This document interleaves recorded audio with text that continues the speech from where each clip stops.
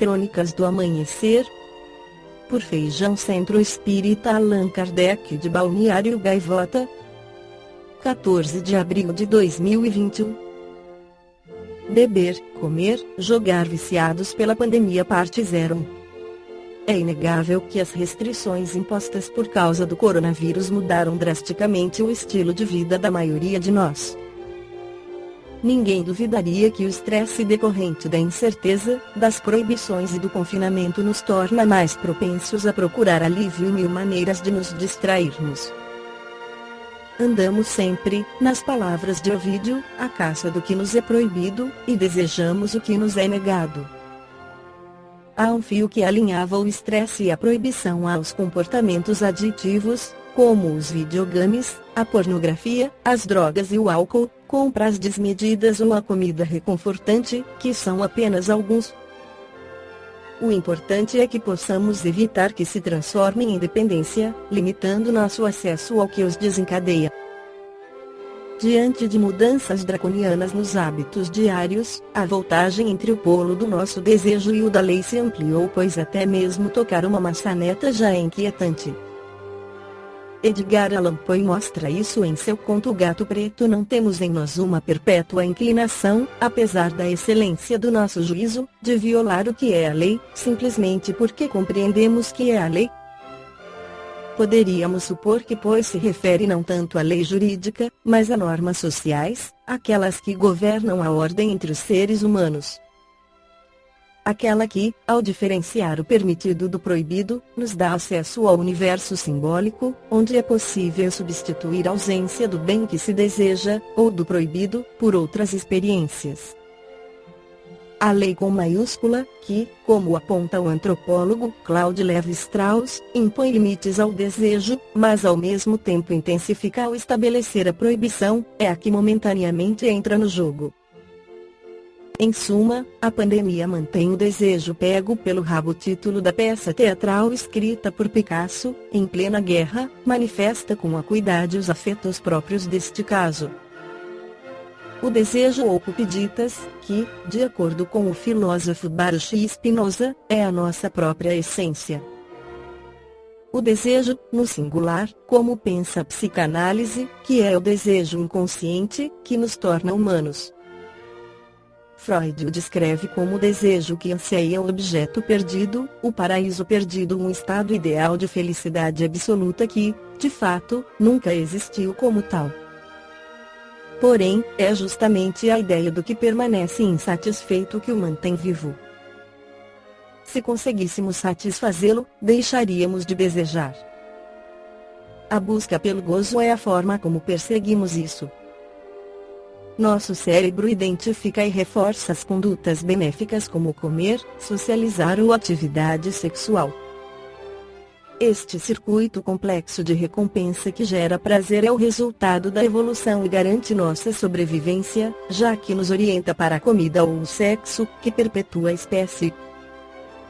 Quanto mais receptores de dopamina tivermos, maior é a capacidade de gerar sensações prazerosas de forma natural, e menor a necessidade de obtê-la por meio de comportamentos aditivos. Por outro lado, a mistura de adversidade e estresse afeta a sua quantidade e funcionamento, o que contribui para a perda de motivação e do autocontrole, nos torna menos sensíveis às satisfações do cotidiano e mais propensos a tentar melhorar nossa condição por meio de comportamentos aditivos.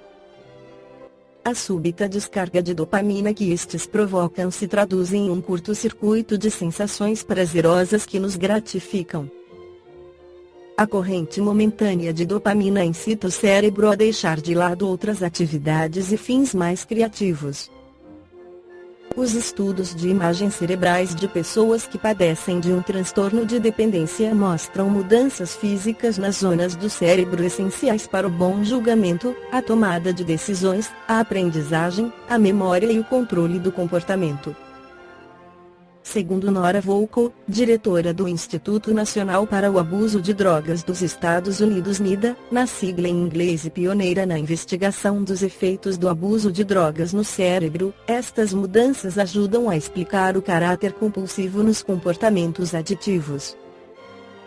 Volkow e seus colaboradores registraram uma diminuição de atividade nos lóbulos frontais.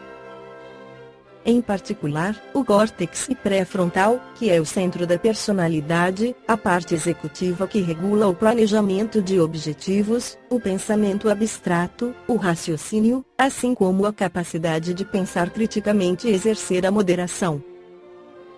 Felizmente, apenas uma minoria de pessoas com condutas aditivas se torna dependentes. De acordo com os pesquisadores, para prevenir isso é útil desenvolver estratégias que favoreçam o autocontrole, especialmente no contexto do estresse, estratégias para fomentar as recompensas naturais e saudáveis, como o contato social e o exercício moderado, capazes de competir vantajosamente com as condutas aditivas mesmo quando nos encontramos isolados de nossas comunidades. Finalmente, tratar de evitar situações em que se está particularmente vulnerável a condutas aditivas, para estimular dessa maneira a autorregulação, e reduzir a probabilidade de que o desejo condicionado as exacerbe. Afinal de contas, o passo decisivo consiste em que, mesmo que as coisas não estejam como gostaríamos, seja possível agir com autonomia e por iniciativa própria e, mais do que nada, aceitar que o sentimento de uma carência fundamental é inerente à existência. A respeito dos vícios, Allan Kardec esclarece no Livro dos Espíritos, pergunta 913. Entre os vícios, qual o que podemos considerar radical? Já o dissemos muitas vezes, o egoísmo. Dele deriva todo o mal. Estudai todos os vícios e vereis que no fundo de todos existe egoísmo.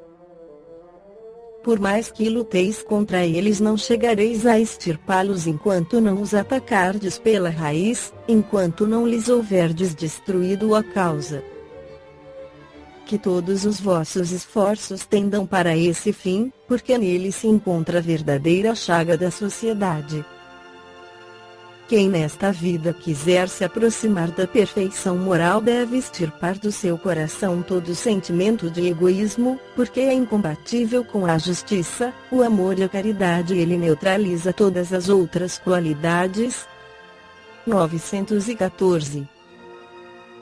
Estando o egoísmo fundado no interesse pessoal, parece difícil extirpá-lo inteiramente do coração do homem. Chegaremos a isso? À medida que os homens se esclarecem sobre as coisas espirituais, dão menos valor às materiais, em seguida, é necessário reformar as instituições humanas, que o entretêm e excitam. Isso depende da educação. Para mantermos o corpo carnal é necessário alimentar-nos, socializarmos, rirmos, cuidarmos da saúde. Porém, quando aplicada a energia em demasia para tais fatores, acabamos nos tornando viciados nos prazeres que estes atos nos propiciam. Deus colocou o prazer no sexo, na comida e nas atividades de nosso gosto para que pudéssemos buscá-las a fim de perpetuar a espécie, de conservarmos nosso sistema corporal e para nos socializarmos.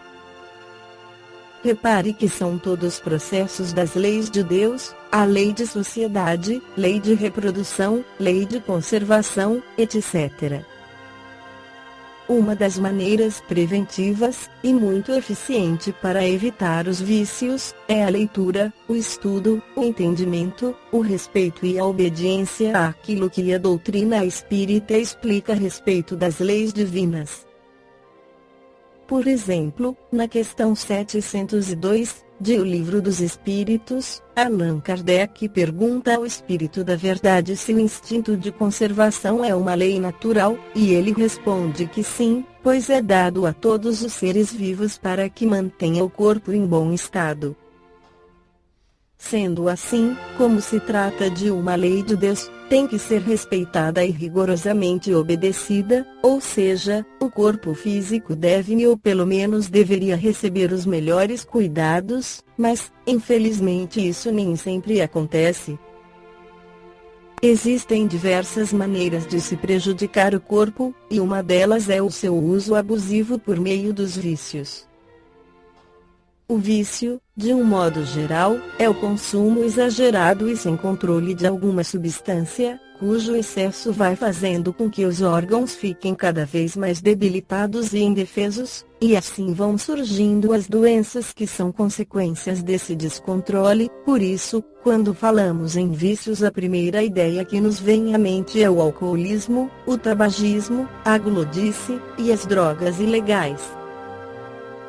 Esta foi a crônica do amanhecer de 14 de abril de 2021.